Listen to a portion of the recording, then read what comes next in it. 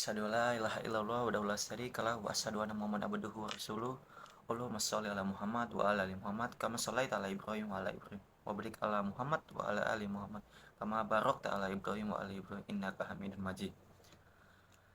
Teman-teman yang diberikan berkah oleh Allah Subhanahu wa taala, yang mana kita masih diberikan kesempatan untuk mendengarkan ceramah singkat oleh saya ini.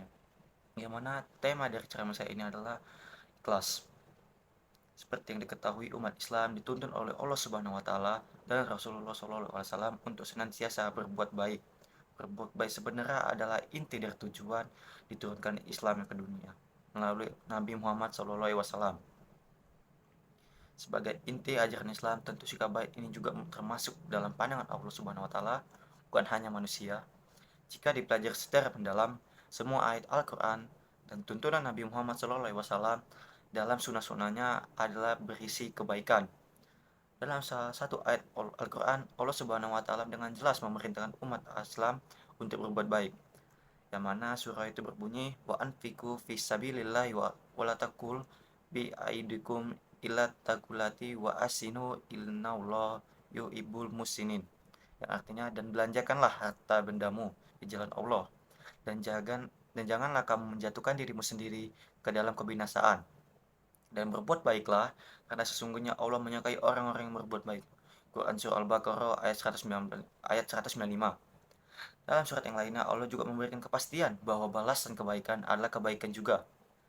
Yang mana surah itu berbunyi, hal jazaul ihsani illal insan. Tidak ada balasan kebaikan kecuali kebaikan pula.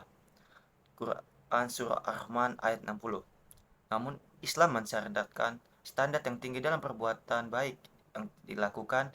Maksudnya, kebaikan tidak akan cukup karena belum tentu menjadi amal yang diterima oleh Allah Subhanahu wa taala. Dan jika tidak cukup dengan kebaikan, lalu apa lagi? Islam tidak hanya menuntut dengan berbuat baik, tapi juga diiringi dengan rasa ikhlas. Ini menjadi syarat utama diterimanya perbuatan baik yang dilakukan oleh manusia. Ikhlas dalam berbuat baik atau beribadah berarti melakukan semata-mata hanya mengharapkan ridho Allah Subhanahu wa taala dan bukan yang lainnya. Orang yang ikhlas tidak mengharapkan pujian dari manusia, dan tidak pamer karena merasa cukup amal perbuatan hanya ditujukan kepada Allah Subhanahu wa taala. Dalam ayat lain disebutkan juga, Kul amar rabbi bilqis wa aqimu wujuhakum inda kulli masjidi wadduhu muklisi nalahuddin kama ba'da akum taudun. Katakanlah, Tuhanku menyuruh menjalankan keadilan, dan katakanlah, luruskanlah muka dirimu di setiap sembahyang, dan sembahlah Allah dengan ikhlas ketaatanmu kepadanya.